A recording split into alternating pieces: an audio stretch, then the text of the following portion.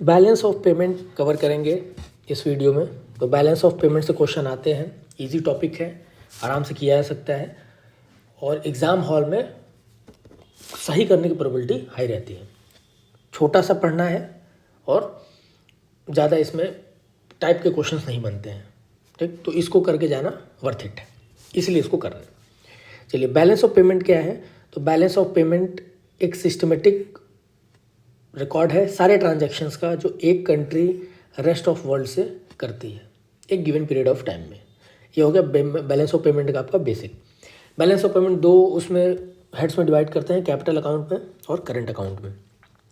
Capital account में आपको पहले बताया था कि जो भी एसेट या लायबिलिटी से रिलेटेड चीज़ें हैं वो कैपिटल अकाउंट में जाएंगी। तो मूवमेंट ऑफ कैपिटल जो FDI FPI है सिंपल सा जाएगा। बोरोइंग जितनी है तो बोरोइंग करने से क्या होता है कि लायबिलिटी बनती है, वो उसमें जाएगा। लेंडिंग कर रहे हैं तो हमारा एसेट है, वो चीज़ जाएगी। रिकवरी है लोन की, रीपेमेंट हो लोन की, दोनों एसेट लायबिलिटी से रिलेटेड है। Economic commercial borrowing, again borrowing की बात हो रही है। और NRI डिपॉजिट्स, ये सारी चीज़ें जो भी हैं वो कैपिटल अकाउंट में जाती हैं।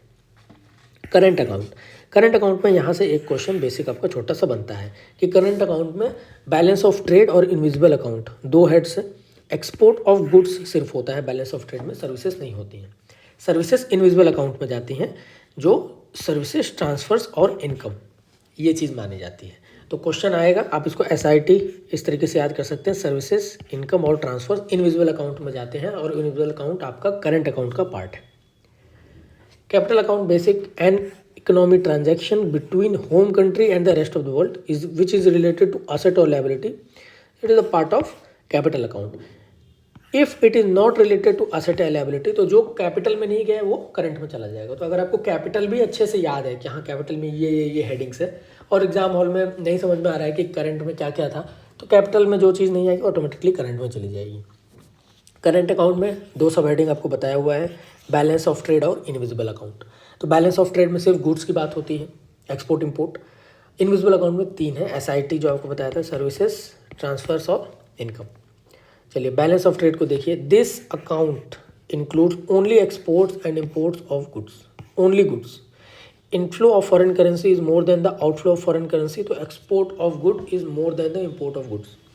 तो यहाँ पे ट्रेड सरप्लस होता है, या इसी का उल्टा हो जाए कि इंपोर्ट ऑफ गुड ज़्यादा हो जाए, एक्सपोर्ट कम हो जाए, तो इसको बैलेंस ऑफ ट्रेड पर डेफिसिट कहते हैं।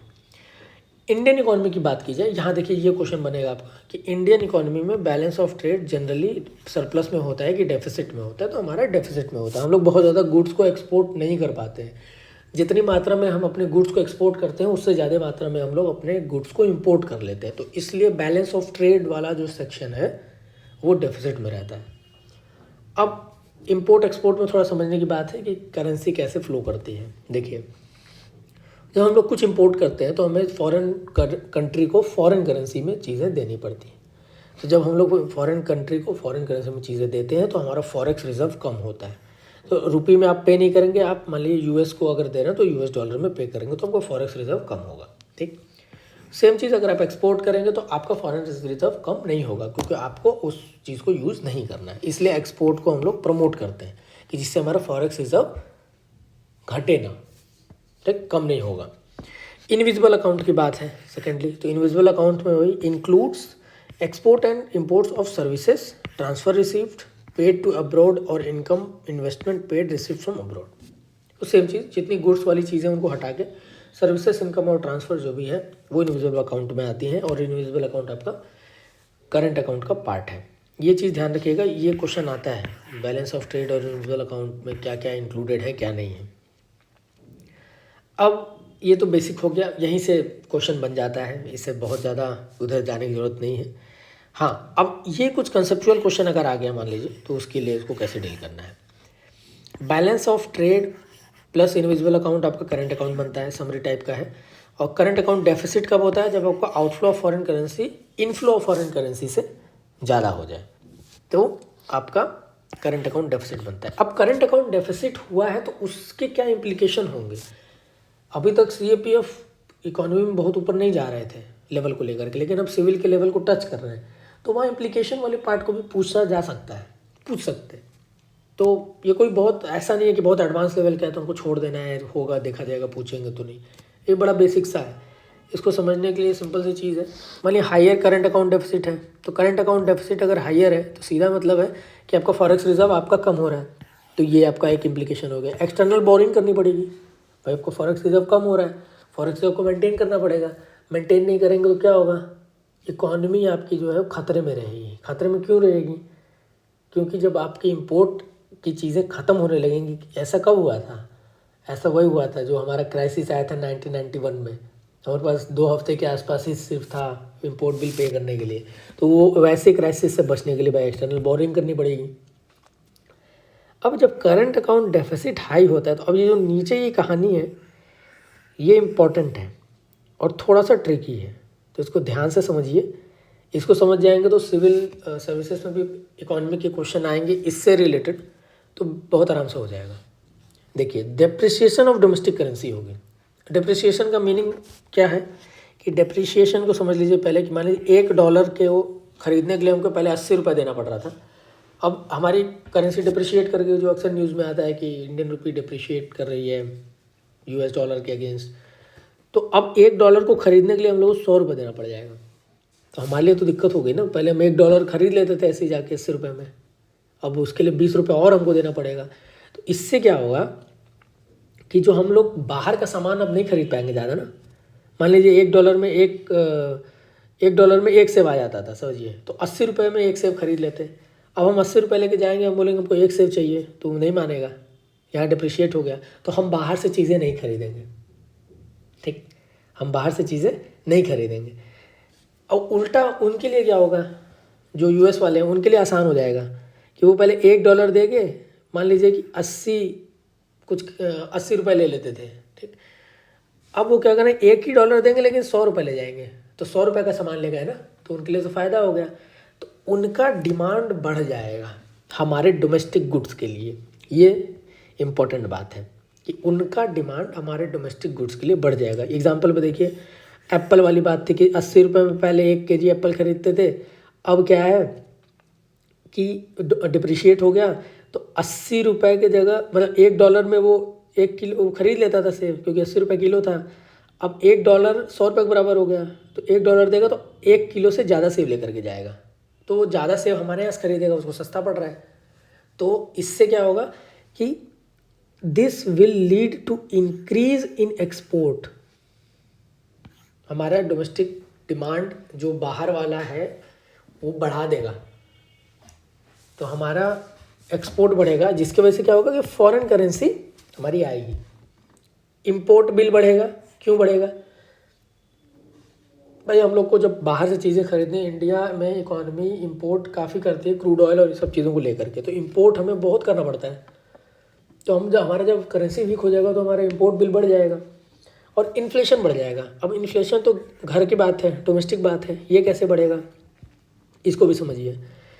यहाँ तक समझ आ गया होगा, ये तो बेसिक है, इसमें कोई दिक्कत नहीं होगी। इन्फ्लेशन का मीनिंग पहले समझेंगे, too much chasing too few. बहुत ज़्यादा लोग बहुत कम चीज़ों को लेने के लिए भाग रहे हैं, तो वहाँ पे दाम बढ़ जाता है। जैसे नहीं है कि हमारी 10 किलो ही प्याज रखी है, 50 लोग लेने वाले हैं, तो अब होगा कि नहीं भाई सब्जी वाला बढ़ा के बेचेगा। तो वो इन्फ्लेशन बेसिक कंसेप्ट यही है। और वही है कि अगर 10 किलो प्याज है और लेने वाले सिर्फ 2 लोग हैं, तो कहेगा भाई बिक रहा ही नहीं है, घटाएं, डिमांड घट रही है। तो उस हिसाब से चीज़ें चलती हैं। इन्फ्लेशन का सीधा मतलब है too much chasing too few, इस चीज़ को ध्यान रखेंगे। और एक जो एक यूनिवर्सली एक्सेप्टेड डेफिनेशन है, जो भी पता होना चाहिए बेसिक सा, वो ये है कि sustained increase in the general price level. Sustained increase, और वो भी जनरल प्राइस लेवल में, ये वाली बात दिमाग में रहेगी। इसको भी कभी कभी क्वेश्चन बना करके पूछते हैं।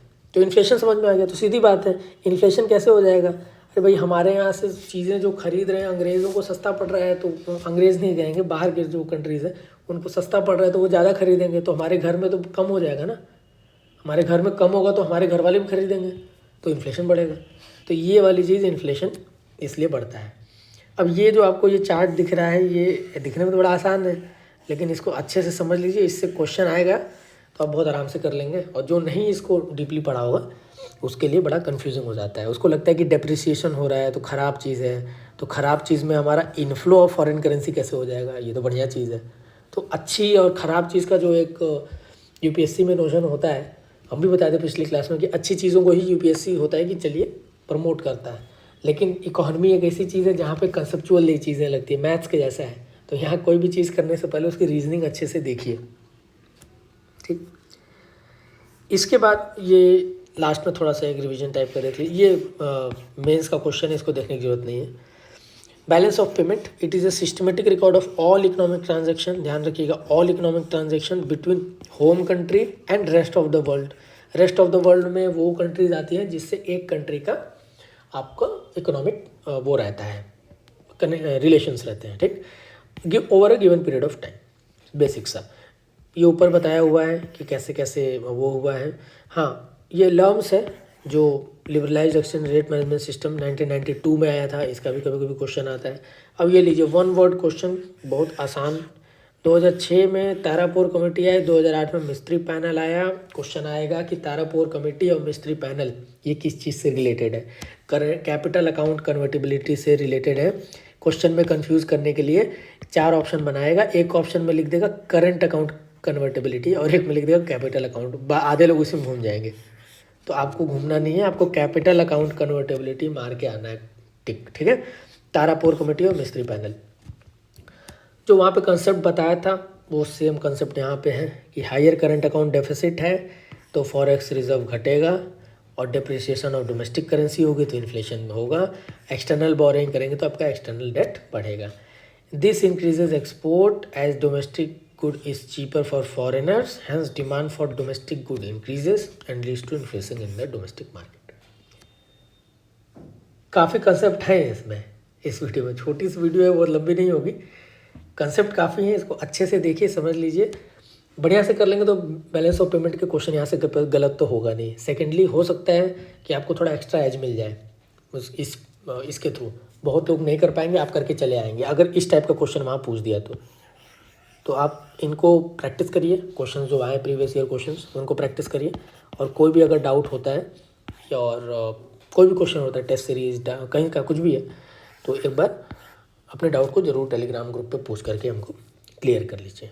उसको अच्छे से देखिए, बाकी किसी भी डाउट के लिए ज़रूर कॉन्टैक्ट करिए।